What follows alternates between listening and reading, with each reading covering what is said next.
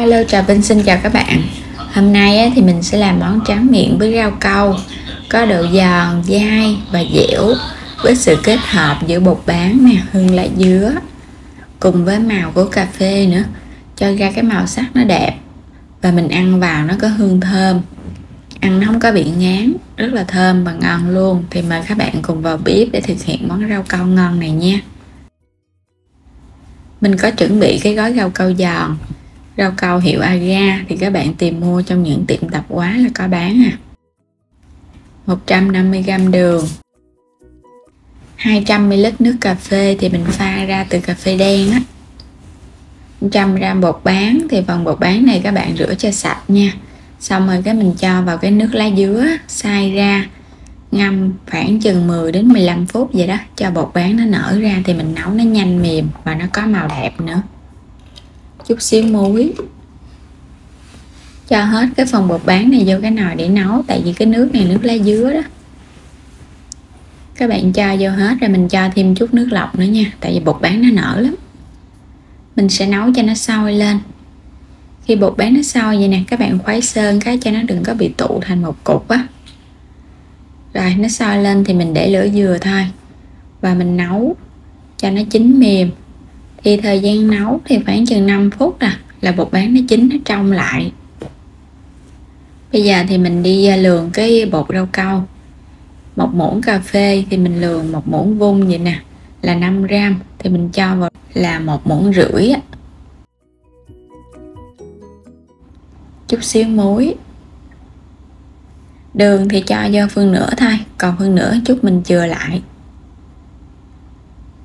300ml nước lọc. Rồi khuấy lên nha, để cho bột rau câu nó nở chút xíu thì mình nấu nó không có bị ra nước á. Lượng đường còn lại mình cho muối vô. Rồi cũng lường vào đây là 7g bột rau câu là tương đương 1,5 muỗng á. Mỗi 1 muỗng cà phê các bạn lường cho nó vung lên là 5g nha. Trộn đều lên. Chút nữa cái phần này mình sẽ cho trực tiếp vào nước rau câu á.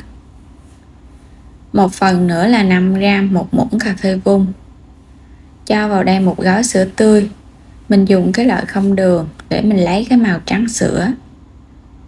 Quay trở lại bột bán thì mình nấu sau được 5 phút. Bây giờ các bạn thấy những cái hạt bột bán nó nổi lên trên nè, và nhìn thấy nó cũng trong hơn hồi nãy. Như vậy là được rồi đó. Nó trong vậy là được rồi, tại vì chút mình còn nấu chung với rau câu nữa. Rồi bây giờ các bạn sẽ cho rau câu vô nha.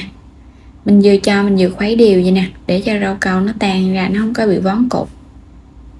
Có trộn với đường rồi thì nó cũng dễ lắm. Mình khuấy vậy thì nó tan Khuấy liên tục luôn, và mình để lửa vừa thôi, đừng có để lửa lớn nó trào lên á. Rồi mình nấu thêm khoảng 2-3 phút nữa là tắt bếp được rồi. Quay qua đây, cái phần rau câu này các bạn cũng bắt lên bếp luôn, nấu cho sôi lên. Vừa nấu các bạn vừa khuấy đều nha, cho rau câu nó chín đều á. Rồi mình lấy cái nước cà phê mình cho vào đây. Tổng cộng cái phần này là 7g rau câu, cho nửa lít nước gồm nước lọc và nước cà phê. Khuấy đều và nấu sôi lên.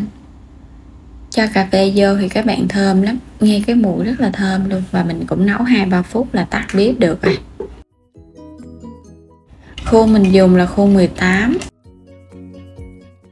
Mình cho ở bên dưới là một lớp bột bán lá dứa.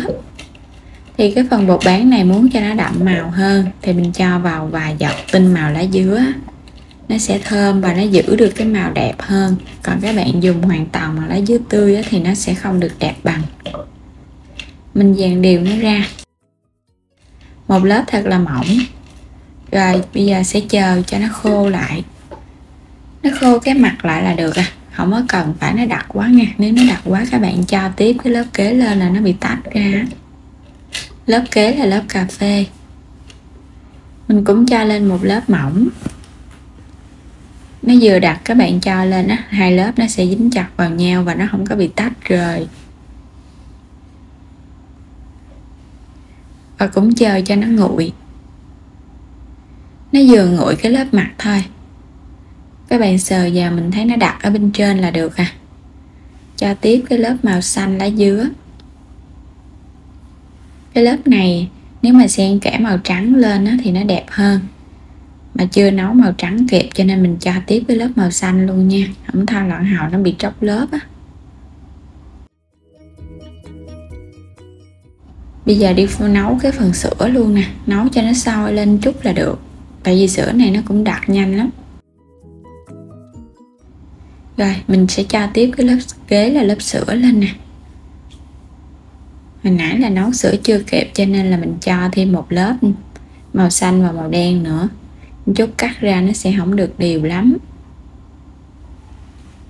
Chơi cho nguội, vừa nguội lớp mặt thôi, mình cho tiếp lớp lá dứa lên. Các bạn xen kẽ để cho màu nó đẹp á, thì một lớp xanh, lớp trắng rồi tới lớp đen. Màu trắng nó sẽ nằm giữa màu đen với màu xanh nó thì nó nổi hơn. Và mỗi một lớp các bạn nhớ mình cho nó đều nhau nha, thì cắt ra nó sẽ đẹp hơn á. Cũng chờ cho nguội và cho tiếp cái lớp cà phê lên trên. Lớp cà phê này cũng là lớp cuối cùng luôn, mình cho lên hết. Các bạn sẽ chờ cho nguội rồi cái mình cho vào ngăn mát tủ lạnh cho nó lạnh lạnh nha. Đây là phần rau câu mình đã lấy từ tủ lạnh ra, mình để được khoảng tiếng đồng hồ cho nó hơi lạnh lạnh. Các bạn để càng lâu thì nó lạnh, nó ngon, nó có độ giòn nhiều hơn. Rau câu thì các bạn phải ăn lạnh á. Rồi mình lấy ra nè, sẽ cắt ra nha. Rau câu này thì mình làm nó sẽ có độ giòn, còn nếu mà các bạn làm rau câu dẻo á, thì nó dẻo và nó dai hơn. Mà đối với cái rau câu cà phê hoặc là sữa như nè, các bạn làm rau câu giòn ăn nó sẽ ngon hơn là dẻo. Cắt ra những miếng nhỏ nhỏ. Hồi nãy mình không có cái lớp màu trắng ở bên dưới nên nhìn nó không được nổi lắm. Lớp trắng này các bạn chia làm 3 thì nhìn nó sẽ hấp dẫn hơn nha. Nhìn vậy nó cũng nổi nè, nó nổi lên được cái gân màu trắng. Một lớp cà phê, một lớp màu xanh của lá dứa bột bán. Một món tráng miệng vừa hấp dẫn mà vừa ngon nữa. Thì mời các bạn cùng thưởng thức thử nha. Độ ngọt cũng vừa, thơm mùi cà phê nè. Cái lớp bột bán thì nó dẻo dẻo dai dai, lạnh lạnh thì ăn nó sẽ giòn ngon hơn. Và cảm ơn các bạn đã theo dõi hết video này. Vui lòng đăng ký kênh, like và chia sẻ những video ủng hộ mình. Xin chào tạm biệt và hẹn gặp lại trong những video tiếp theo.